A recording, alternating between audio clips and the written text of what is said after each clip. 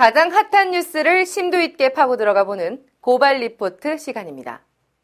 정치 덕후를 위한 입문서 정치가 밥 먹여준다의 저자이자 최근 시사 팟캐스트 그것은 알기 싫다에 출연해 통쾌한 입담을 자랑하고 있는 분이죠.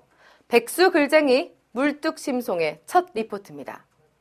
철도 민영화 저지를 위한 철도 노조 파업이 장기화될 조짐을 보이고 있는 가운데 정부는 이를 불법 파업으로 규정하고 사상 초유의 대규모 직위 해제를 단행하며 초강경 대응으로 맞서고 있는데요.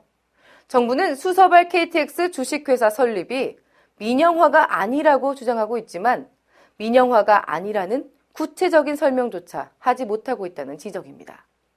오늘은 철도 민영화 문제에 대해서 알아보도록 하겠습니다. 정부의 정책을 대변하고 있는 코레일 측은 이번에 추진하고 있는 사업은 절대 철도 민영화가 아니라고 주장하고 있습니다. 단지 철도 운영의 독점으로 인해 발생하고 있는 비효율을 줄이고 고질적인 코레일의 만성 적자를 해소하기 위해서 최선의 대안을 선택했을 뿐이라고 하는 겁니다. 이에 따라 이미 이사회를 통해 신규 법인의 설립을 의결했다는 것입니다.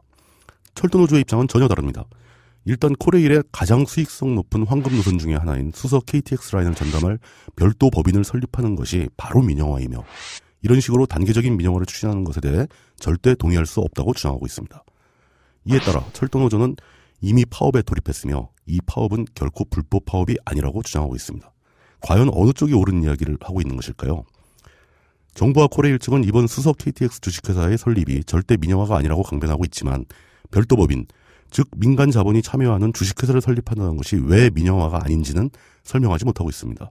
또한 이 신규 법인에 과연 누가 얼마만큼의 투자를 하게 될 것인지조차 명확하게 밝히지 못하고 있습니다. 이 조치는 마치 1987년에 일본에서 있었던 일을 연상케 합니다. 당시 나카소네 일본 수왕은 일본의 국영철도를 7개의 법인으로 나누어 버렸으며 이는 세계적으로도 철도 민영화 사업의 대표적인 사례로 남아 있습니다. 정부와 코레일 측은 일본의 사례와 아주 유사한 조치를 강행하면서도 절대 민영화는 아니라고 얘기하고 있습니다. 또한 한국철도대학 총장으로 재직하던 시절 철도 민영화를 강경하게 반대하던 최연혜 현 코레일 사장은 왜 입장을 바꿔 이런 사업을 강행하고 있는지 제대로 설명하지 못하고 있습니다. 결국 무엇인지 모를 다른 이유에 의해 철도 민영화 사업을 추진하면서 여론을 의식해서 민영화는 아니라는 거짓말을 하고 있다고 밖에 볼 수가 없게 되었습니다. 그러면서 한편으로는 합당한 설명을 내놓기는커녕 마치 화풀이라도 하듯이 파업에 참가한 노조원들을 대상으로 고발 조치와 함께 사상 초유의 대규모 직위 해제를 단행하고 있는 것입니다. 이는 스스로 정당성을 상실했다는 것을 인정하는 행동이며 할 말이 없다는 뜻으로 해석할 수도 있을 것입니다. 철도는 모든 산업의 기반이 되는 국가 기관망입니다. 국민 모두의 것입니다. 이 국민의 재산을 국적도 알 수 없는 일부 투자자들의 손에 넘기는 철도 민영화 사업을 왜 꼭 해야 하는지, 왜 지금 해야 하는지, 어떤 사정이 있는 것인지 궁금할 뿐입니다. 이 추운 날씨에 자신의 직장을 걸고 국민의 재산인 철도를 지키기 위해 싸우고 있는 철도노조 조합원 여러분들 힘내십시오. 여러분들은 결코 혼자가 아니라는 말씀을 드리며 마치겠습니다. 고발 리포트 물뚝심성이었습니다.